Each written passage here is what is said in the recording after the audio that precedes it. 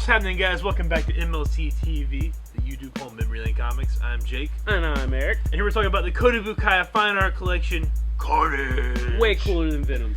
Get it out of the way. I could not disagree more. I think you're way off, man. Carnage has always been the master of destruction. Venom, yeah, I've got a purpose. My symbiote needs a body. Venom. Oh, half rate. This is what made the 90s cool. Regardless, Carnage. The statue looks really cool. Yeah, we can agree with that. The statue is phenomenal. Doesn't matter if Venom's better or Carnage is better. Kotobukiya is the winner.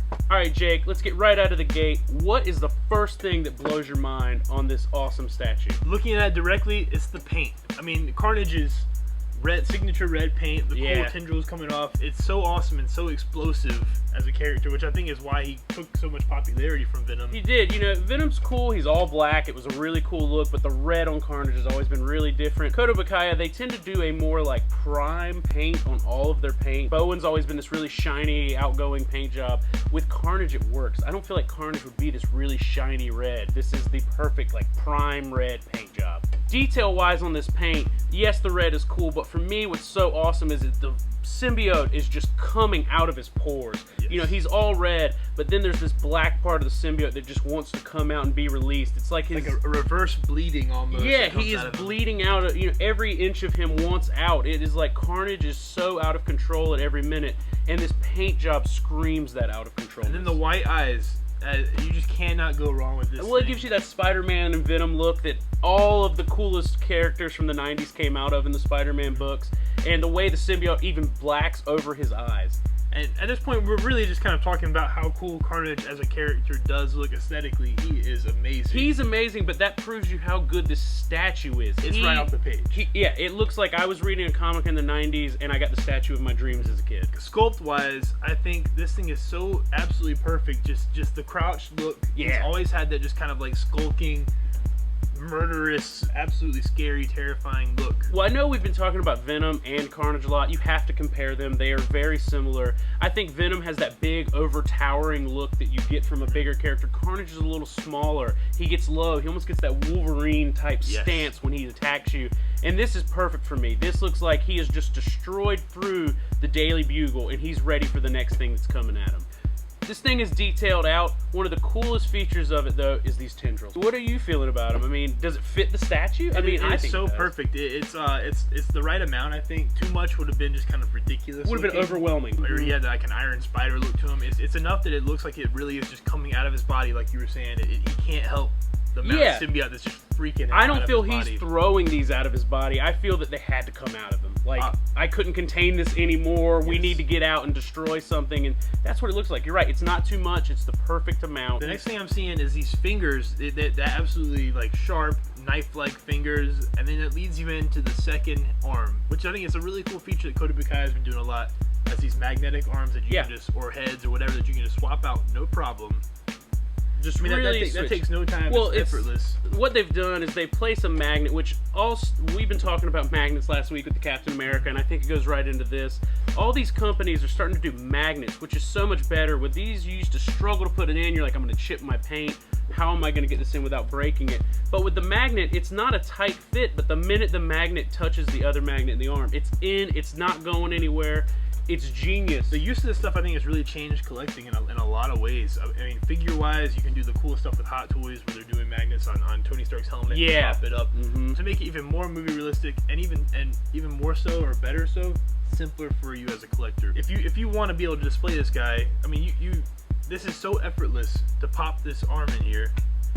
And now you've got the sweet axe hand where he's coming at it. Well, now he's more battle ready. You know, he goes from that intimidating look to, I'm no longer trying to intimidate you. This is what I'm here to do. For me on the statues, it's all about saving the paint. It's just, I know we keep talking about magnets, but how have they not thought of these 20 years ago? Just why are we struggling with anything when you can just make them attach like that? Well, and we're kind of in the new frontier of this, I think, so you're really going to see more and more and more great products done with this kind of thing. It makes switching ahead so much easier, and I think easier on the sculptors as well.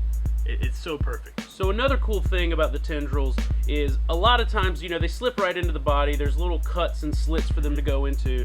I've had a lot of these figures where it is a struggle to figure out what goes where. I think my best example is the Bombshell Poison Ivy statue. I had no idea where the vines went. I needed a detailed diagram. They number these, and it's perfect order. 1, 2, 3, 4. You know exactly where it goes. It's still a little hard to get it exactly in there, and these do feel a little flimsy. But they really, though, they just pop right in. And I don't think, as long as you're careful with your stuff, you don't have to worry about breaking them, because you're really not, because they just pop right in, they place in, you're not having to worry about these things actually cracking. Well, and the other thing I would have liked for them to do, we've talked a lot about it. I think if they would have done a little magnet on each one of these, it would have been even easier. You know, yes, they slide right in, but every time I slide one of these in, I feel that if my case was accidentally bumped, this is the first thing falling out of the figure for no reason. If they would have just done a tiny magnet, it would have kept these into perfect position. But I do commend them, numbering them, making the slots exactly shaped for the position you want it to go in. Perfect. I think with a statue, it's not just about the figure, it's about the base. You want, you know, statues can't move like Hot Toys can, so I want to look at this thing and get the story from it just from looking at it. He just crashed through the Daily Bugle. He massacred the Daily Bugle. The Daily Bugle sign is just in complete disarray down here, on top of rocks. Everything is broken. I don't believe the Daily Bugle is standing after Carnage got done with it. And that's how this statue makes me feel about it. Is JJJ still alive? Or is JJJ Jr. still alive? Whoever's running the Bugle's in trouble. I'm going to be nitpicking a little bit here. I think this is a perfect statue. It represents Carnage in every aspect of Carnage. But for me, you're including all these different interchangeable parts. It would have been really cool if they had done a magnetic head. I could take off this and put in another one with maybe his face half coming out, because they do that a lot with Venom and it really sells the statue. That'd be the only thing I'd change, but it doesn't take away from this statue. Kotobukiya is absolutely destroying it. I was talking about this the other day in the shop. I haven't seen a Bowen statue in almost a year. The last one I saw brand new was that Modern Rogue they did. And with Bowen not being in the market right now, Kotobukiya is taking over. They really are. They're doing a great job. I think these fine art kind of action pose statues typically play off each other well. So if you wanted to, you could have a Wolverine or a Hulk or somebody fighting Carnage. Oh, yeah. Just if you had two of your favorite characters there, and they would look really, really natural and straight off the page to do it. Because we had a Venom in the shop, and he's almost facing the other way.